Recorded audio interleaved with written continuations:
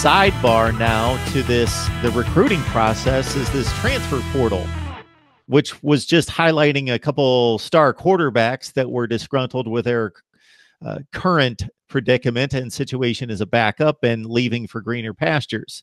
Now this thing is wide open, apparently, and has really caused havoc with particular teams. Penn State in terms of quantity, I would say Virginia Tech in terms of quality, losing their best wide receiver, running back, and quarterback just here in the last few days, or at least that's what is assumed what's happening there at Virginia Tech. But Penn State getting hit with some numbers. Yes, indeed. As we've said before, we hit record.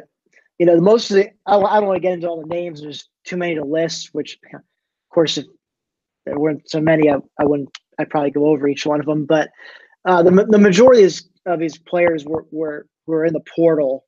And I should clarify before I get into this, just because a player has his name in the portal, it does not mean they're necessarily going to transfer. It just means they're saying to other schools like, hey, I'm out in the market. I'm looking around if you're interested. If they're not, they can always pull out and, stay with their program. Now, granted, from what I've read, it doesn't mean the school has to take them back. They could, if the coach wants to say, hey, well, you know what, you stated your intent to leave. We already got someone else to replace you. Good luck to you. They have the right to do that, from what I understand. But I digress. So yeah, I think they've also read about 18, 19 people in this portal, and that I should say that includes. It can include non-scholarship guys too. So there are some walk-on, like names I'm not familiar with that are probably walk-ons just looking to go to a, like FCS or smaller school to actually get on the field.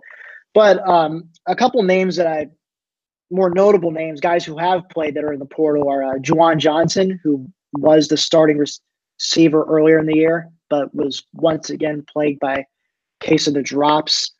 He's in the portal. I have a feeling he probably saw the writing on the wall with rising sophomore Justin Shorter, former 5-star receiver, who's probably going to end up being a starter next season. So he's looking for someplace else to play his 5th year, and ironically enough, supposedly Miami is one of the schools he's looking at, and Penn State is actually hosting. I don't know if they've already hosted him, or they're hosting this weekend, but Lawrence Cager. Grad transfer out of Miami.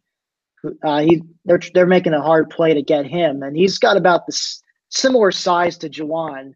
So it'd just be kind of funny if those two players ended up switching teams for their 5th years.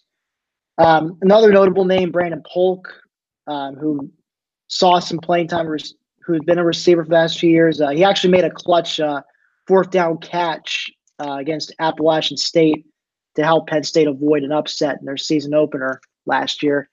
But he was also plagued by a case of the drops and eventually got replaced on the depth chart. So he saw the writing on the wall and is going to, he's getting his degree. He's going to go play his last year of eligibility somewhere else. So good on him. Another notable name, Lamont Wade, backup safety. It's still iffy on whether or not he's going to actually leave. Suppose he's on the fence, even though he's in the portal. Although he did post a cryptic Instagram photo of his locker cleared out and him captions saying, "Not my decision." So make of that what you will. So those are the more notable names that are in the portal for Penn State. But the point I was making before we hit record was that while most of these people leaving were guys who weren't going to see much of the field, guys who weren't really cracking the depth chart much. They are important in terms of having bodies to throw out on special teams, in terms of having practice bodies for the scout teams, because you only play in the games on Saturdays. All those other days, Sunday through Friday, you're in practice working with those scout team guys. So if you have more talented scout team players to help out the starters, that does make a difference. So that's where I think it's going to hurt Penn State the most, on special teams and when it comes to the scout team prep.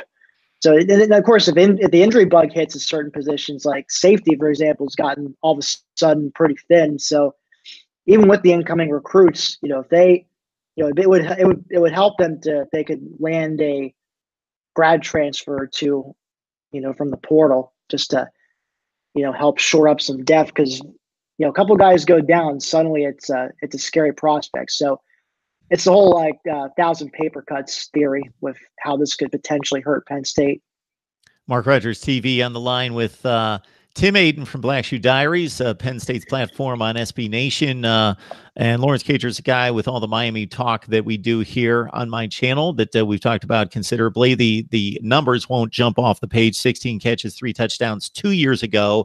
This past season, 2018, 21 receptions, 6 touchdowns.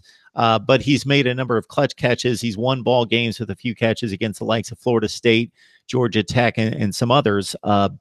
Key catches in the last 2 minutes or the game winner itself. You mentioned Juwan Johnson had a pretty big season in 2017, 54 receptions and a touchdown. This past year, his production dropped to 25 receptions. He did have that one catch against Ohio State, if I remember right, down the sideline that everybody oohed and out about, and rightfully so. It was a ridiculous Odell Beckham kind of catch, but didn't make the simple ones on a regular basis.